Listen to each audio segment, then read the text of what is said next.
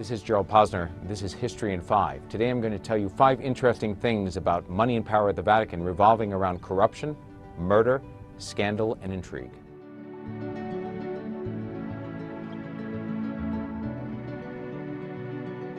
For about 1800 years, the popes were not just the head of the Catholic Church, the spiritual head of the world's largest religion. They were also kings, pope kings. They had a secular empire, thousands of square miles of lands, their own armies. They built up a vast court around the pope. How did they get the money for this? They fueled it by taxing people inside their empire, by fees, and also by selling something called indulgences. A piece of paper was sold to a Catholic and said, "You're forgiven for your sins for buying that paper." Still, it wasn't enough money, and the popes had to go at times to borrow money from the Rothschilds, the preeminent banking family in all of Europe who was Jewish, much to the distaste of many Catholic cardinals who thought it was terrible to have to borrow money from the people they viewed as killers of Christ. All of this ended in 1870, when the popes lost their empire. Italian nationalists trying to unify Italy took over, they kicked the king, and they took over the pope's lands. They left the pope with a small postage-stamped size parcel of land, the Vatican, and then all of a sudden in 1929 it changed because the Pope struck a deal with the head of Italy, then a fascist dictator, Benito Mussolini. The fascists recognized the Vatican as an independent sovereign country. They made the Pope the head of that country, invested with divine rights. 4 years later, that same Pope struck a deal with Nazi Germany and Hitler's Third Reich, and they signed a deal where the Third Reich recognized the Church as the Church recognized Hitler and his power inside of Germany. In the middle of the war, the Americans and the British are trying to stop anybody trading with the enemy. So they are blacklisting companies and countries, including some countries that call themselves neutral, like Switzerland, San Marino, Monaco. The Vatican says we're neutral. Once the bank is formed, the Vatican is able to do business throughout the war, continue to do it with Nazi Germany, with blacklisted companies. After the war, what happens? That Vatican bank funds with British and American intelligence some Nazis to escape to South America who were wanted as war criminals. The bank, the Vatican, and intelligence agencies have become partners by the end of the war.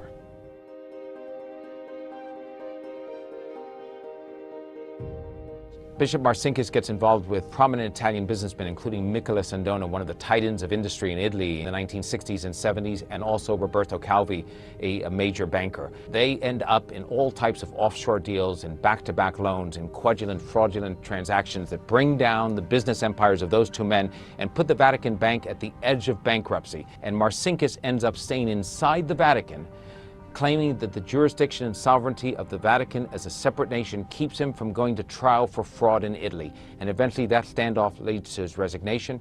He leaves the country without ever serving a day in prison.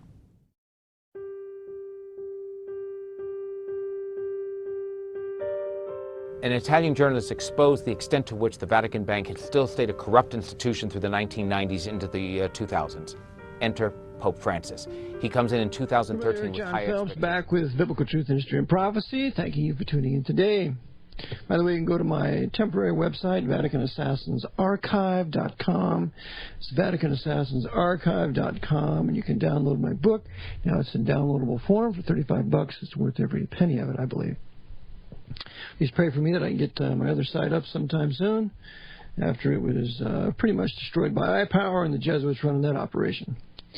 Okay, now page 464, we're going to read a quote that is really my favorite quote in my book, Vatican Assassins, and it is from my former pastor, Nelson Turner, in his book that he wrote, The Mind of the Jesuit. It is a very good book. I consider it a classic, and I'm going to quote a portion of that. It actually takes almost 2 full pages in my book, so I'm going to quote it to you now. And here is Pastor Nelson C. Turner's quotation or words from his book, The Mind of the Jesuit. Quote, "The man who is a member of the Vatican Military Order of the Society of Jesus is a most unusual man. He is different from other men, not by virtue of mere membership in what may be one of the world's oldest, continually active secret societies, nor simply because he dresses in the distinctive fashion of a Romish priest. The men of the society are different from virtually all others on many counts, but the distinctions which cause them to differ from the generality of mankind are for the most part inward and are not readily observed or understood by those ignorant of the Bible and world history over the past 500 years. While the Jesuit may bear any one of 1,000 faces that would go unnoticed in a crowd, he bears something spiritual that separates him from other men. His spirituality is changeable, a spirituality of apparel that makes him an actor, and yet something more than an actor. As an accomplished actor, he bears along in his mind a wardrobe of costumes suitable for the various scenes and situations that the plot of spiritual subversion spins. He is a gymnastic thespian, appearing in the guise of fatherly concern and tender charity here, and coming forth as a roaring lion defending dogma there. He is a man trained to become all things to all men, quote unquote. He does this, as his motto declares, quote, for the greater glory of God, ad majorem Dei gloriam. He may be ensconced in the pulpit of a Presbyterian church, ostensibly upholding the doctrines of Calvin. He might be a consultant and scriptwriter in Hollywood, the Jesuit theater. He might be the handler of an informational assistant to your favorite talking head on news TV. Yeah, like Bill O'Reilly. Or he may be the coach to a team of assassins who are all members of his church, kind of like Robert Philip Hanson's and that Opus Dei church there in Virginia, where Louis Free and Hanson's went to. Whatever he may be, the Jesuit can be anything, and yet is nothing. He is whatever he is told to be, and if he is a good Jesuit, quote unquote, that is all he ever will be. To find the mind of the Jesuit, we must have the mind of Christ, but find the mind of Satan. To know the mind of the Jesuit is to know the mind of the devil. No soul can rightly comprehend the quote-unquote mystery of iniquity unless he first partakes of, quote, the mystery of godliness, unquote.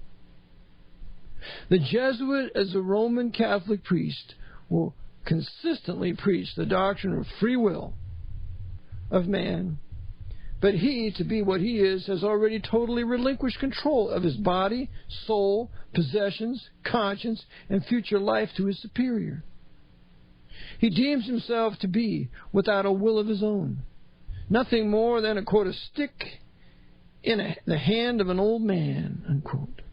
While he promises men liberty through the use of their quote-unquote free will, he himself is the servant of corruption. His will is never his own, but has been extinguished by the will of his commanding officer. His mind has been brought to or passed over the brink of insanity repeatedly through the lifelong, repetitious spiritual exercises and retreats where he wipes clean the slate of conscience and the spark of humanity through obsequious idolatry. Obsequious idolatry. I'll have to look that word up. His heart, black by name, is polished in the luster of a lamp of shiny coal, and when it is tossed into the furnace of ordered action, will ignite to red and then glowing white heat in a most vehement manner. His best motions are for the worst purposes, and his greatest victory is the defeat of every pang and qualm of conscience within himself and those whom he has appointed to incite to evil. As the Scriptures say, quote, the devil is come down unto you having great wrath. Revelation 12:12. So then, what is the mind of the devil? The devil doesn't come to man to elevate him, but to hold him fast in the chains of fallen flesh and provoke him to further defilement through the promise of an illusory liberty ordained through self-will, or obtained through self-will. The devil savors the things that are of man, and detests those that be of God. He promotes the free will of man, but deplores the will of God. He loves the power and arm of the flesh, and hates the work of the Spirit. The devil loves hate, and hates love. He will do well to no man, but would make all men his servants, promising promotion to those that obey him. He leads them along an ever-sinking path to a reward of eternal conscious pain, a recompense which is meet to those that are so used of him. So meet to those that are so used of him. Promising to heal, he wounds and destroys, his blessings being all curses. He loves worship to be rendered unto him, but returns no worship to the God that created him. He is ever active and does much that looks good, but in his wake is a trail of corpses, collapse, and consternation. He professes to promote piety while praying blasphemies, and drives the wicked headlong with the counsel of their free will. He begins where most men would stop, and never pays the bill for the mischief which his blandishments have enticed others to commit. The sins and crimes he moves men to engage in become their own, and he smugly watches as they are taken and bound with cords, cheerfully ignoring their shrieks of terror and pain. The tear of sorrow, the pangs of remorse, or regretful looking back are all unknown to the devil, and these common human emotions are absent in the good Jesuit. Compassion is in the mouth, but not in the heart of the Jesuit, and his speeches about charity, unity, and equality are formed to drop a curtain of confusion over the mind of his hearers. When he speaks to men, they hear one thing, but he secretly means another. While he enunciates with embellished eloquence desires for peace and love, it is war that is in his heart. Good words and fair speeches pour forth from his feigned lips as he drowns his opponents with rhetoric devoid of truth and empty of righteousness. All is emotionless calculation with these workers of iniquity, so much that all outward and visible displays of emotion by the Jesuit are insincere and formulated to elicit the desired responses from his opponents. He never shows his true self because he has no true self. His ways are changeable, that one cannot know them. Yet he has no changes and fears not God. He is a man of mystery, a puzzle of a person who carries under his cloak a double heart that makes him heartless. A double heart that makes him heartless. He reaches into the heights of craft and knowledge as he plumbs the depths of depravity, and ever trawls the murky waters for sin for a prize. Indeed, he ever trawls the murky waters of sin for a prize. Unquote. The Mind of the Jesuit, the Pastor Nelson Turner. Truly a poetic yet incisive and vivid description of the mind of the Jesuit and his master, the devil. Well, this is the Jesuit. These are the men that rule the world. These are how they think. These are the minds that they possess. Remember, to become a professed Jesuit of the third vow takes 15 years of quote-unquote education. 15 years after high school. And when they're ready to go, they can handle anything. They can handle politics. They can handle economics. They can handle academia. They can handle religion. They can handle anything. And if they personally can't handle it, there's somebody else they know who can. Because it's a military brotherhood. And you call your greatest soldier in a specific area to the forefront, to the battle arena, to contend for the order on this particular instance. It's a military order. Now, do you think a free country can exist with these kinds of men in it?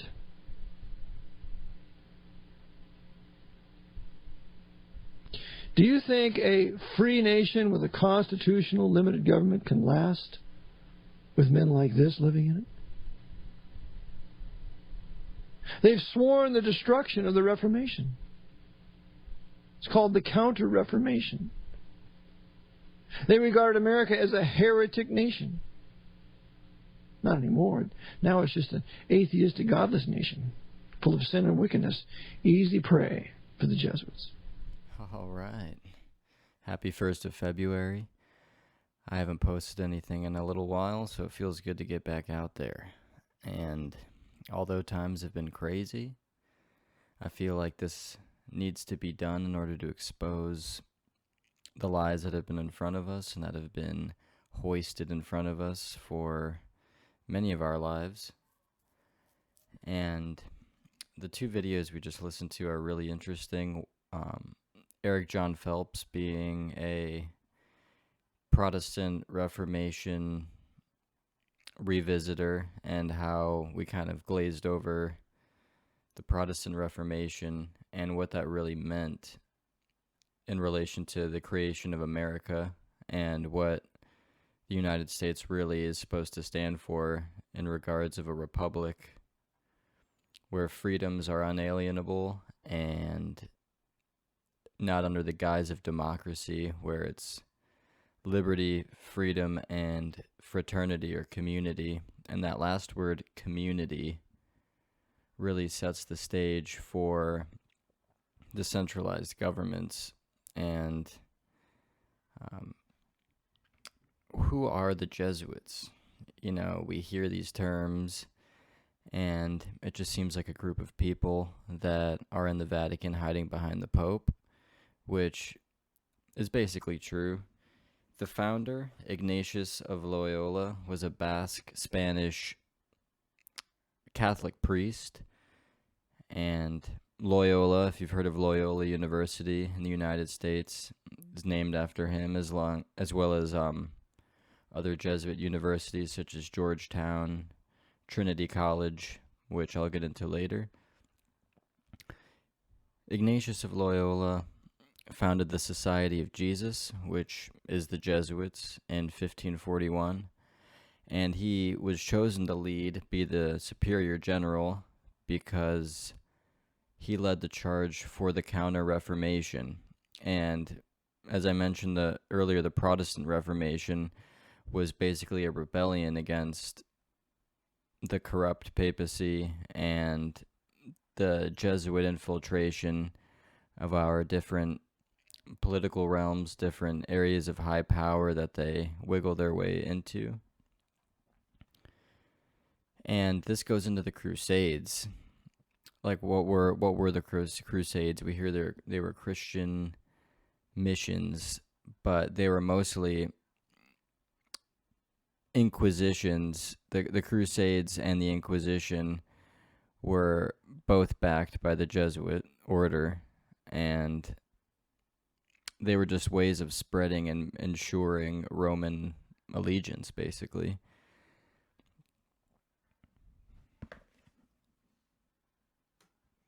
And what I find interesting also is, as a conspiracy theorist and being familiar with, you know, the type of person that becomes attracted to this type of information, I've noticed that the Jews have been a group that are easy to put the blame on, and I feel like that's why World War II was such a brilliant construction, being the Germans versus the Jews, you know, because it completely takes the attention off of the Jesuits, who basically groomed Hitler for his role, as well as other world leaders.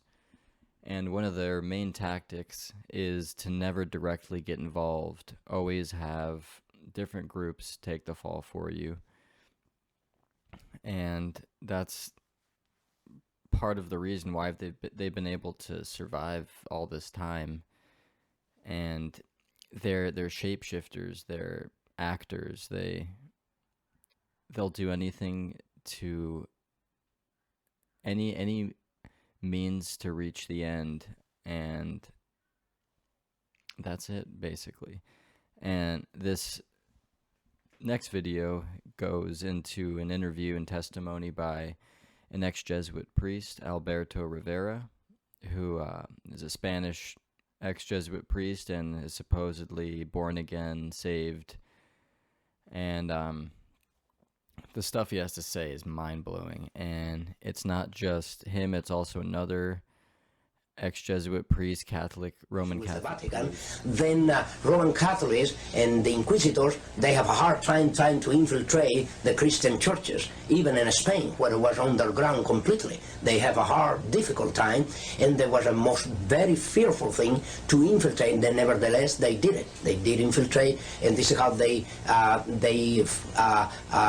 find many Christians worshiping the Lord in underground places. Now, through infiltration, but they were assigned to deal especially with prophecy, with the purpose to do two things at least: to cover up any prophecy relate to the origin of the Antichrist, relate to the Antichrist, and relate to the papacy, relate to the Antichrist. And second, to cover up any idea that the Roman Catholic institution was never a Christian church, as I pointed out before. What that means is to make possible in Bible commentaries and church history that the Roman Catholic institution always will appear as a Christian church following apostasy, and then need a renewal.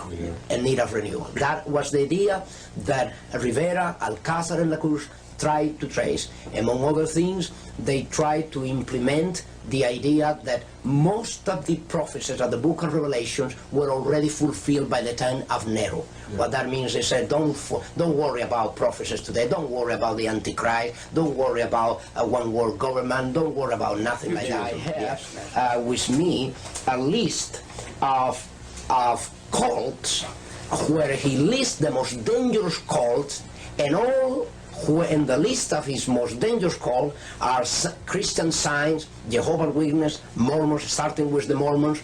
And suddenly I was expecting that he will place at the top of the most dangerous cult Roman Catholicism, but were the Mormons. Now, the Mormons become the victim of Roman Catholicism not only, but become the victim of Mr. Walter Martin, because even the Mormons are the product of Roman Catholicism. The pressure came about with the idea during the Vatican Council II that a Roman Catholic Mass that was only to be performed on Sundays as to be the only valid Mass for Roman Catholic.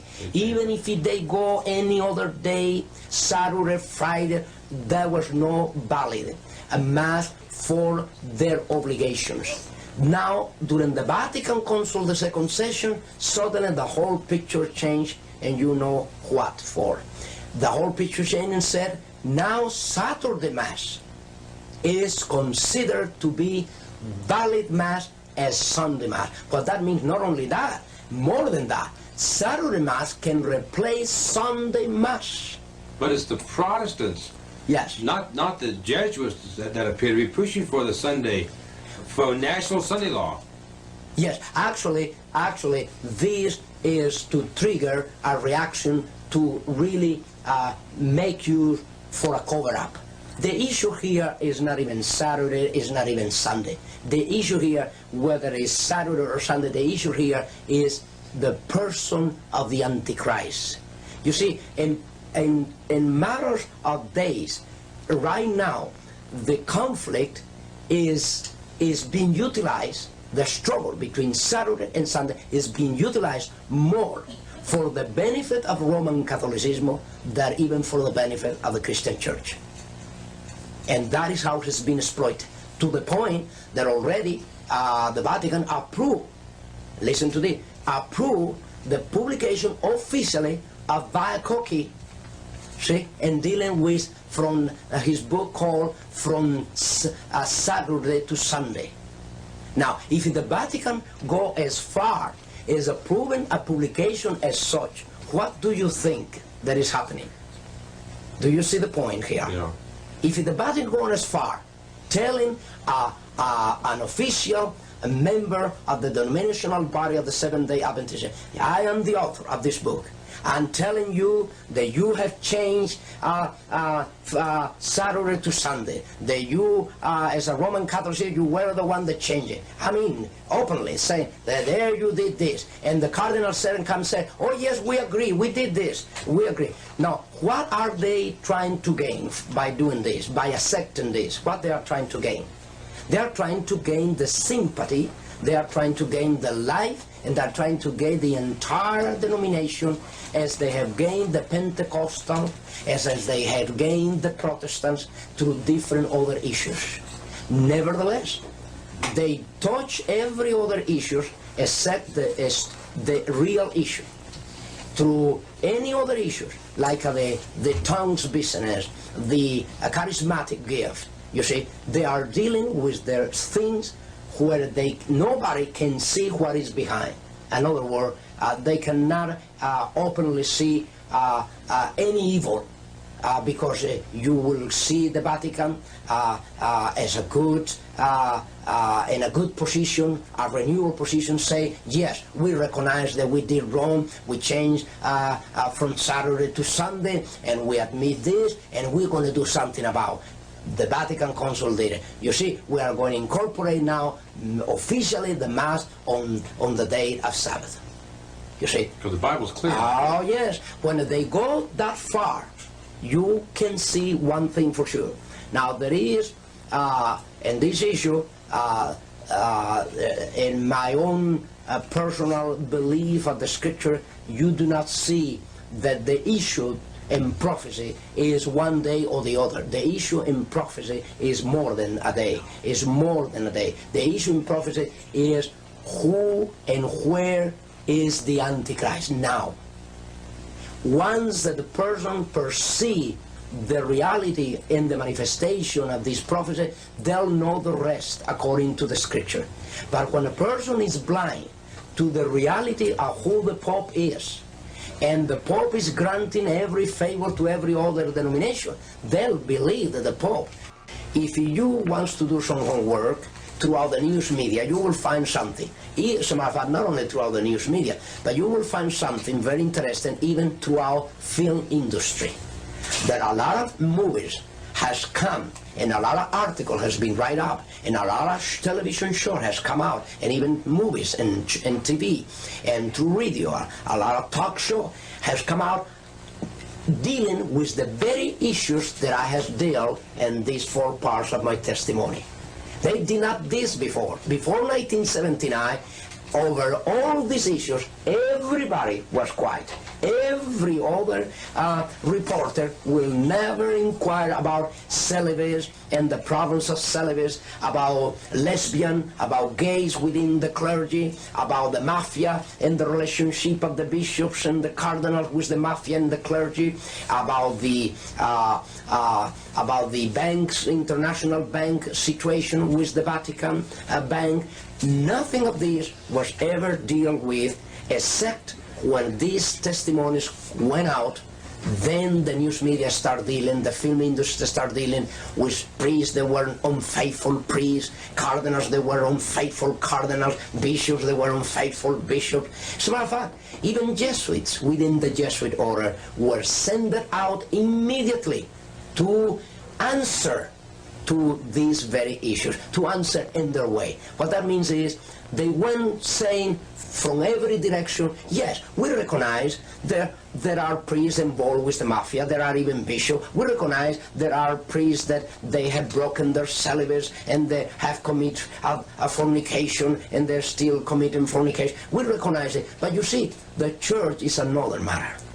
The idea always was to tell the Catholic people, tell the Christian world, yes, these things happen, but this is isolated. This is one priest, a bishop, a cardinal, someone that was unfaithful. But this is not the religion. This is not the system. This is not our belief. This is not our life. This is not our conduct. That is what they pretend to do. You have, among even present Jesuits, Hans Kahn, the German Jesuits, and then you have Malachi Martin. These means under dispensation. Dispensation. What that means, granting them the authority and the power by the Vatican and the Jesuit general to go out and speak against the Pope, speak against the liturgy, speak against the clergy, and they will not suffer excommunion. You see that they can go now trying to deal with these very issues, trying to justify that regardless of all this commotion, of all this immorality, of all this corruption, of all these crimes, this is different from the mother, from the system. These are individuals within the clergy, but not the system. Sorry to butt in, but something that I found interesting about that last part of the testimony before I hopped on here is how these Jesuit infiltrators are trained to have public appearances and to say things to the media.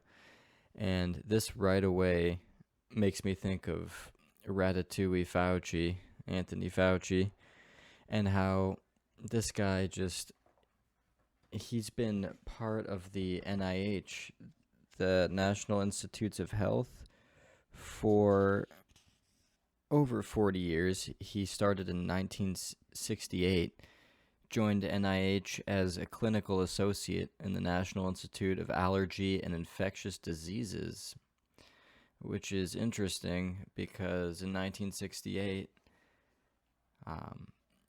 that's when all of the AIDS pandemics, the Ebola outbreaks, and he was one of the main speakers to scare people about Ebola and the swine flu, where he made a statement that, well, a prediction that 1 in 3 Americans could be infected by swine flu, the whole H1N1 scare, if you guys remember that.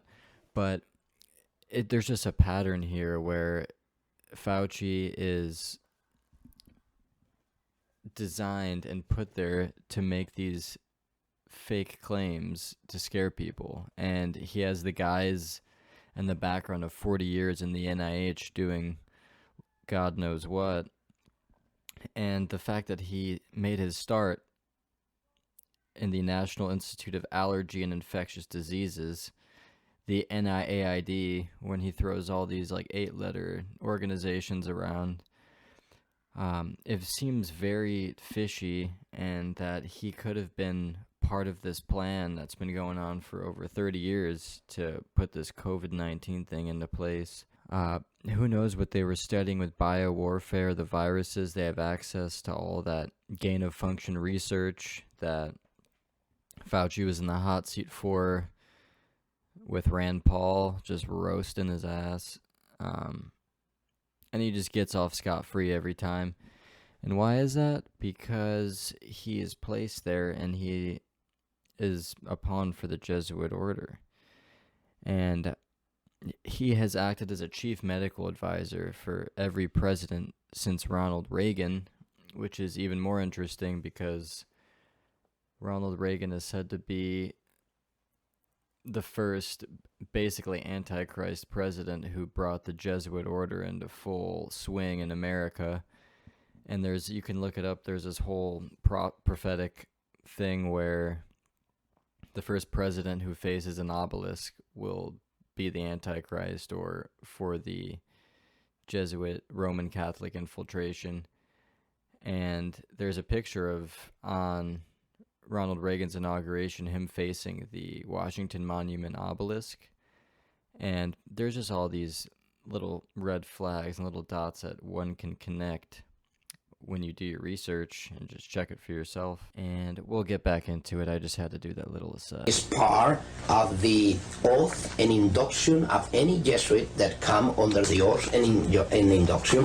And perhaps you care to know that I have revealed a great deal of this in this booklet after Alberto came out, the first part of my testimony, dealing with my minor seminar and major seminar, as we went through these questions.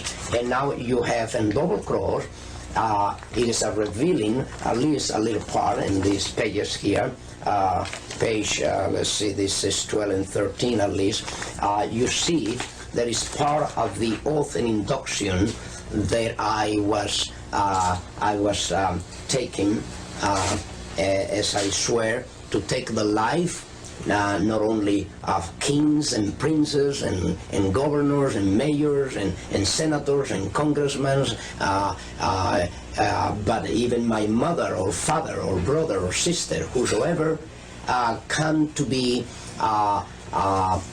between the interests of the Roman Catholic system and the interests that they pursued. What that means is, if a president of a nation is there to interfere with the interests of the Roman Catholic institution and their pursuit of power, they will be crushed. They'll actually, we were granted, I was granted that authority, that power, to exercise that authority, that power. That when any individual, whether he is a child, whether he is a woman, whether it's an elder man, whether it's a boy, whether it's a girl, whether it's a king or a queen, regardless of who the person is, when that person, that city, that nation, this country oppose to the goals of the Roman Catholic institution and interfere with, that already call for disaster. What would you say has happened to the Inquisition? You know, right now we don't see inquisitional tribunals, but we know that the goal of the church is still the same, and the engine of the Inquisition was set up all over the world. What's happened to that particular department of the church? It's still in force in one way or another. He said to this fellow, if you weren't a Catholic, what would you be? He says, the big Monsignor Segura said to him, if I wasn't a Catholic, I'd be a Seventh-day Adventist. And he says, Charlie, if I could get out of being a Catholic, I'd be a Seventh-day Adventist tomorrow. Is that right? And he said, Charlie, he says, I advise you, if you can, to be a Seventh-day Adventist and join them. And then just a short while after that, it was the time when, in the spring, they have Good Friday and they don't eat certain things and meat on certain days. And they were having to go way out in the morning early and leave to their work. And so they had a special concession of the Chinese cafeteria that he was in, or restaurant, that he would come down at 4 o'clock in the morning and fix their lunch and give them what they wanted to eat. And Charlie Hibbard says to him, why don't you order yourself up a good beefsteak like I do? You know there's nothing to that. He says, well, he said, I mind to, I will. And while he was ordering up the beefsteak, he said, I don't know, I feel funny about this.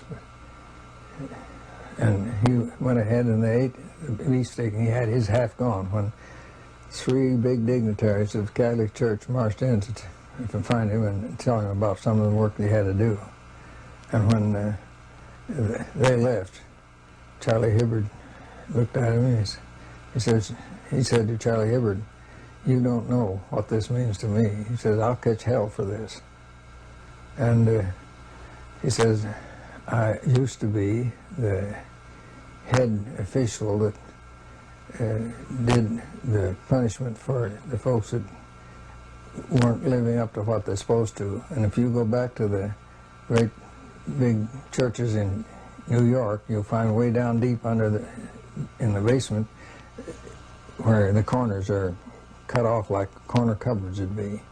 And I was the one that took the people that was sentenced and changed them in that corner, brought 1 brick and 1 trowel of mortar each day, and their meal, until there was 1 opening for 1 brick. I put in the last brick and the last trowel of mortar. And behind there's many skeletons. It says, you don't know, Charlie, what this means to me. I was the chief executioner for that deal. And me to eat beefsteak like this, he said, I'll hear from this in a few days. He says, I'm from that tribunal back there. and said, you wait and see. In a few days, he got a notice that he was to appear before the tribunal in New York. And when they left on the train, he said, Charlie, if I live after this, said, if I live, I'll send you a card, greetings for your birthday. The card never came. I could tell you stories like this by the hours. So the Inquisitional Tribunal is still active for Roman Catholic people? It's still active, and it is for people that are not Roman Catholic if they get a chance to, without too much publicity that would damage them, their work and their cause. Now in Mexico they opened up the cloistered convents and turned some of them into museums so tourists can see the torture implements that were used on the nuns. And I imagine that in backward countries like Mexico and Spain and some of these areas, this type of thing keeps going without interruption then. It's still done in America to some extent too, in the United States of America.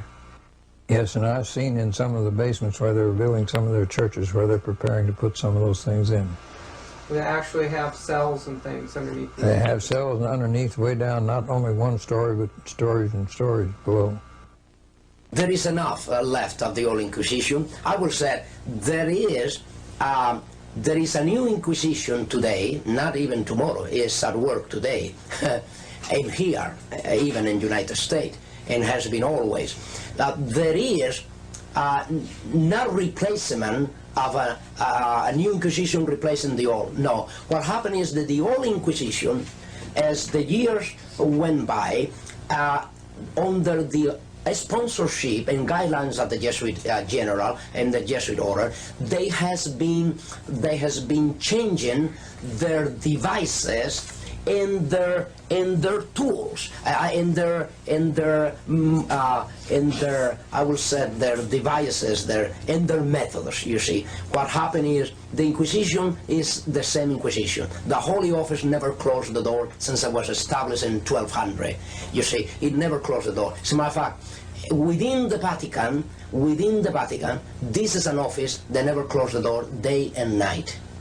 Today have a different name. It happened that they have a different name today, as they have different devices and methods to bring people to trial. Today, the Inquisition is at work. As a matter of fact, you have a book here that is called Night Journey from Rome, that we came to publish. A Night Journey from Rome is one of the last converted Roman Catholic priests in the United States, an American priest that was converted to Christ and his gospel about 2 years ago and came with us to the reading of Alberto, the first part of my testimony. He was Clark Butterfield, is his name, a Californian priest. There is the book here, Night Journey from Rome. And here is the most revealing thing about the actual Inquisition in the United States. He was so much aware of the reality of that Inquisition that in his own will, he prevented even his relatives, his own mother, his own relative, from bringing his body to the Roman Catholic parish the day that he was ready to depart to be with his Lord and Savior. And he almost prophesied, and I will, because exactly that was the intention. Immediately that he was killed and murdered by the Jesuits of Rome and Detroit, Michigan, through a Roman Catholic doctor, member of the Knights of Columbus. Then you can see the Inquisition is alive and well, with different devices, different methods, and a different name. Today they call the Office for the Preservation of the Doctrine and the Faith. We were trained in many different things, from chemistry for poisons to warfare of any kind. And of course, we were not to be involved in these things. Let me explain this. Jesuits, under the stream of an induction, they were not directly to be involved. They only were the elements, the intellectual element that will prepare this. The case of Abraham Lincoln. Abraham Lincoln, the president, was killed by the Jesuits of Rome, but there was no a Jesuit there involved directly. Nevertheless, was the Jesuit who prepared the plot against his life and prepare and train those who were to kill him. They arranged it. Yes, it happened with President Kennedy, the same thing. The assassination of Registas, the Legion of Mary, the Blue Army, many of these militant organizations. I train and prepare how they can become Baptists, how they can become Adventists, how they can become Methodists, how they can become Presbyterian, how they can become Pentecostal, and all these areas where they must infiltrate any area. You bring up one of the other questions I have, might as well ask it now, particularly the Blue Army. Is that in some way connected with the Fatima? That's correct. Is yes. that to protect it, or that they are the army that creates the greatest promotion of that cult, of that satanic cult here in United States. In every country, the Roman Catholicism display this promotion to the so-called Virgin. That is not even Mary, the Mary that we know in the Gospel, but a distortion of that really, truly Mary of the Gospel. They display to different militant organizations the promotional need for certain saint or virgin, whatever. And the Blue Army is the greatest promoters of the call to Mary here in the United States. The Opus Dei is another arm of the Jesuits. What that means, you have Masons, you have Illuminatis, you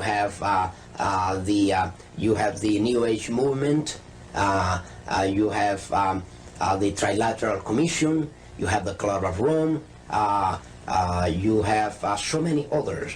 There are in different areas working through certain programs what they need in that particular area where these organizations move, whether there are secret or public organizations, they need to control certain area of certain people, and this is where and how they'll be ready to have them under control through these organizations. The Opus Dei mainly, they move next to what they call Christian democracy. The so-called Christian democracy is an outgrowth of this Opus Dei. It's exactly the words in Latin precisely define that. The Latin definition is for Opus Dei is the work of God. What that means, the Opus Dei. Opus meaning the work, and then you have how you call them, Dei, Opus Dei, the work of God. When the Council of Trent occurred, it was controlled by the Jesuits. Yes. How about the Vatican II? Now, connection yes, the connection is very, very, very prophetical. I will say this, and I think that will clear the whole point here, because it's so prophetical that while the Council of Trent was the first council to be managed by the Jesuit order, the Vatican Council was brought about by the same Jesuit order with the same intention. And you know the intention of the Council of Trent. The intention behind the Council of Trent was the Counter-Reformation. What was the intent of the Vatican Council II? Another Counter-Reformation, but called today, how you call it? Renewal. You see the point? Now, the change was a name, but the intentions were the same. Yes. See, more sophisticated today. Yes. You see, the Counter-Reformation was taken to the Council of Trent. That was the entire Counter-Reformation was performed by the Council of Trent, decrees. Then through that time until today, Vatican Council II came about with the idea of renewal. That means another step forward, and the final, I will say this is the final stage of a Counter-Reformation. Alright, so you guys basically get the idea. The interview goes on for like 20 more minutes, but I'll post the links to all these interviews down below so you can take a look at them for yourselves, because they're really interesting. And that specific channel, John Wycliffe, has a very interesting channel in general. I know, especially among people my age, early mid-20s, that religion has taken a turn for many people, and that just the mention of Jesus or the Bible makes people just wince, which is, I don't know, pretty weird, I guess. But despite all that, there's some beautiful truth that I've found along this thread, and there are a lot of cover-ups regarding the Catholic Church, and there's also a lot on the internet if you look up Alberto Rivera, there's a lot of stuff defaming him, but I would say there's a lot more stuff sort of backing up what he's saying, and the way he was saying everything, the familiarity he had with so many different things. He just knew every little aspect of how it worked, and you could say that someone of that caliber, how do we know they're not lying on camera and just deceiving us? Furthermore, since he did admit to being basically a professionally trained deceiver and trained people how to infiltrate different religious sects and churches, and I feel like that just goes down to your ability to discern things. It just ties in with so many other things in general, and he did get poisoned at the end of his life. I believe he died in 1997, and the same interviewer, John Wycliffe, who conducted those interviews, he mentions that he was poisoned not too long after, I want to say a couple years after that interview, and he delivered a few lectures at these, I think it was one church, but he gave a few sermons and just goes into a further testimony. He just has some crazy energy. That boy has been affected by this system, and they don't make it easy for you to leave,